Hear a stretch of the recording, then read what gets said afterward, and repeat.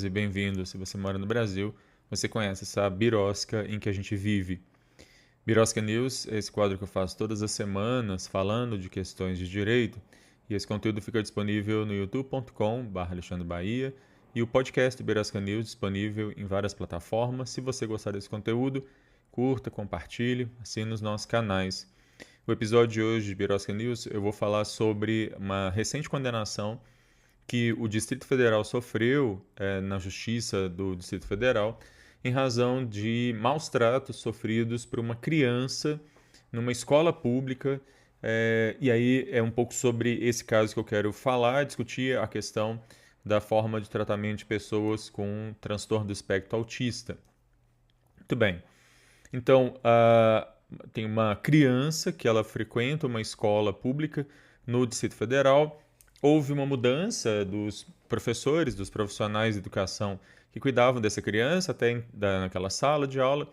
Até então a criança ela se dava muito bem, estava tendo um bom desenvolvimento e de uma hora para outra ela passou a ter um comportamento de não querer mais ir à aula, até inclusive de tristeza, mas até inclusive de automutilação. E aí então a mãe e a avó, que são responsáveis por essa criança, já que inclusive essa criança ela faz parte do transtorno dela, ela não fala, e aí então a mãe e a avó colocaram um aparelho na mochila dessa criança para gravar tudo o que acontecia ali na aula. E o que elas ouviram foi uma série de humilhações, gritos, ameaças, castigos e linguagem ofensiva. Eu estou citando a reportagem que eu quero linkar aqui, que dá a notícia desse caso. Os áudios, então, eles continham gritos, xingamentos, ameaças desses professores. A mãe e a avó, então, elas procuraram a polícia, fizeram um boletim de ocorrência e levaram a denúncia para a escola. O que é incrível nesse caso é que a resposta da escola foi de que elas deveriam procurar uma outra escola. Ao invés de solucionar o caso, a escola, pelo menos é o que consta aqui da sentença, a escola manteve as professoras e a solução da escola era de que, no final das contas, quem estava errado, no final das contas, era a criança, né?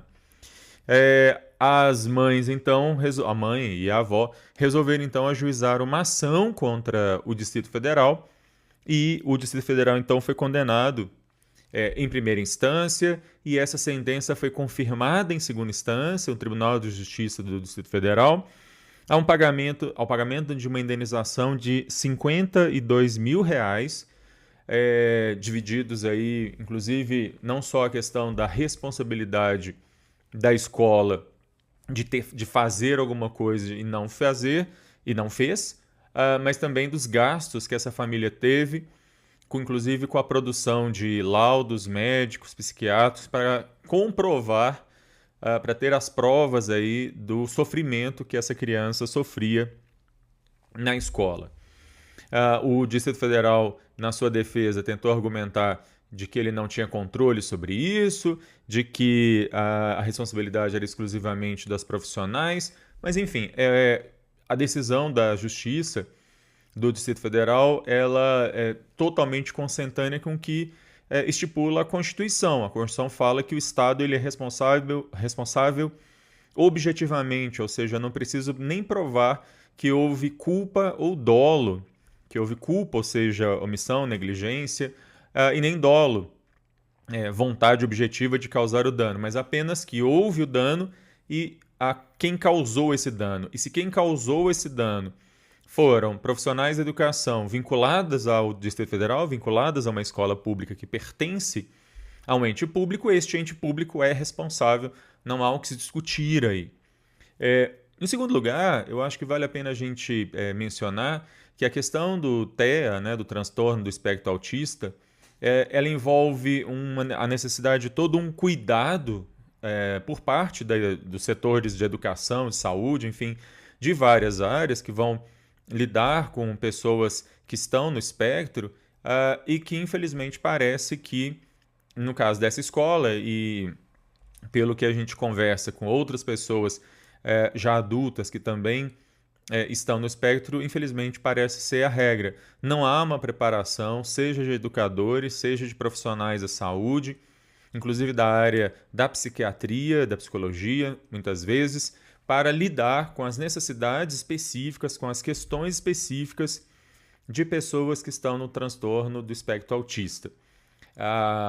Vale também a gente lembrar, para finalizar, que o Brasil é signatário de uma convenção internacional sobre pessoas com deficiência.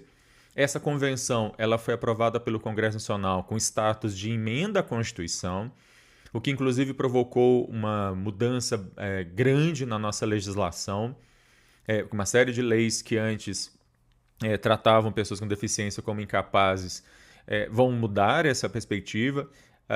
E aí a legislação que nós temos, o Estatuto de Pessoas com Deficiência, vai, na verdade, tratar da proteção e da necessidade de consideração dessas pessoas como cidadãos plenos de direitos, que precisam receber aí um tratamento universal, os direitos universalmente garantidos a todos, mas também esses mesmos direitos fundamentais precisam ser levados em consideração nas especificidades, na diversidade específica ali, que demanda questões específicas, e se o direito e as instituições do Estado não estão fazendo isso, eles estão violando a Constituição, estão violando uma série de convenções internacionais, e esse é um caso extremamente importante para chamar a atenção dessa virada de chave que nós precisamos ter com relação a esse grupo minorizado, esse grupo vulnerável que são as pessoas com deficiência no Brasil.